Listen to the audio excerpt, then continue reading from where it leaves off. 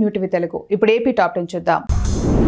వీరులపాడు మండల వ్యాప్తంగా ఉపాధి హామీ పనులు ముమ్మరంగా కొనసాగుతున్నాయి. ఉదయం 7 గంటల నుంచి సుమారు 10 గంటల సమయం వరకు ఉపాధి పనులు చేస్తున్నట్లు కూలీలు, ఉపాధి వేతనం సైతం రోజుకు 307 రూపాయల వరకు లభిస్తుంది అని తెలిపారు. పని అడిగిన ప్రతి ఒక్కరికి పని కల్పిస్తున్నట్లు ఫీల్డ్ అసిస్టెంట్లు తెలిపారు. గుడివాడ సిపిఎం కార్యాలయంలో ఆ పార్టీ రాష్ట్ర నేత మాగంటి హరిబాబు మాట్లాడారు. కాశ్మీర్లో 26 పర్యాటకులను హతమార్చిన ఉగ్రవాదుల చర్యలను ఖండిస్తున్నామన్నారు. ఉగ్రవాదుల మూలాలను కనిపెట్టి ఉగ్రవాదాన్ని నశింపజేయడానికి కేంద్ర ప్రభుత్వం చర్యలు తీసుకోవాలన్నారు. మోదీ అఖిలపక్ష సమావేశానికి హాజరు కాకుండా బీహార్లో ఎన్నికల ప్రచారానికి వెళ్లడం సరైనది కాదన్నారు. అన్ని మతాల వారు కలిసిమెలిసి ఉండాలని ఆయన సూచించారు. నందిగామ 3వ వార్డు ముస్లిం బజార్లో వర్షం పడినప్పుడల్లా రహదారిపై నీరు నిలిచి తీవ్ర ఇబ్బందులు పడుతున్నామని స్థానికులు వాపోయారు.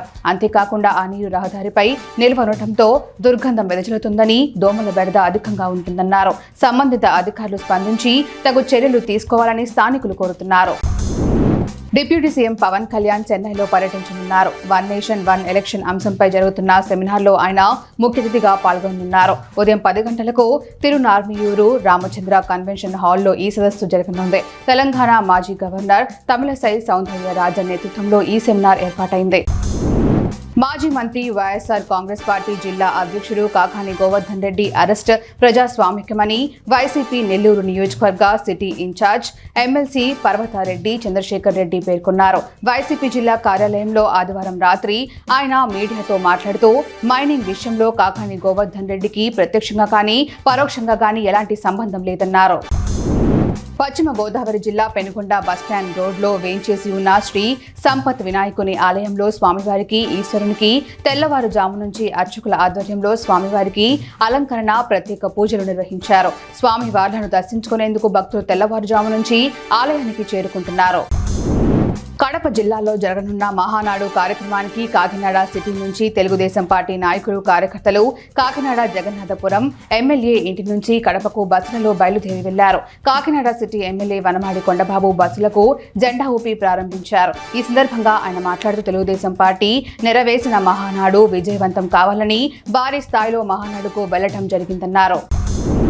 యోగాతో ప్రతి ఒక్కరూ సంపూర్ణ ఆరోగ్యవంతులు అవుతారని డీడీ నాగార్జున పేర్కొన్నారు. యోగా మహోత్సవాల్లో భాగంగా కాకినాడ కార్పొరేషన్ ఆధ్వర్యంలో యోగా కార్యక్రమం నిర్వహించారు. ఈ సందర్భంగా ఆయన మాట్లాడుతూ ప్రతి ఒక్కరూ యోగాను దినచర్యగా చేసుకోవాలన్నారు. దీనివల్ల ఆరోగ్యం సిద్ధించడంతో పాటు ఆరోగ్యంగా జీవిస్తారని ఆయన తెలిపారు. ప్రతిరోజు వ్యాయామం చేయాలని తెలిపారు. కళ్యాణదుర్గం పట్టణం నుంచి కన్నేపల్లి వరకు వయా ముప్పులకుంట, గోంచిరెడ్డిపల్లి వరకు రోడ్డంతా గుంతలమయంగా మారిందని ఆయా గ్రామస్తులు విలేకరులకు తెలిపారు. దాదాపు 10 సంవత్సరాల నుంచి వర్షానికి రోడ్లపై గుంతలతో పడడంతో వాటిని ఆటో యూనియన్ సంఘం ఆధ్వర్యంలో పూడుస్తున్నామన్నారు. ఈ విషయం ఎన్నిసార్లు ప్రజాప్రతినిధులకు, అధికారులకు తెలిపినా పట్టించుకోవటం లేదన్నారు. ఈ రోడ్డులో తరచూ ప్రమాదాలు జరుగుతున్నాయన్నారు.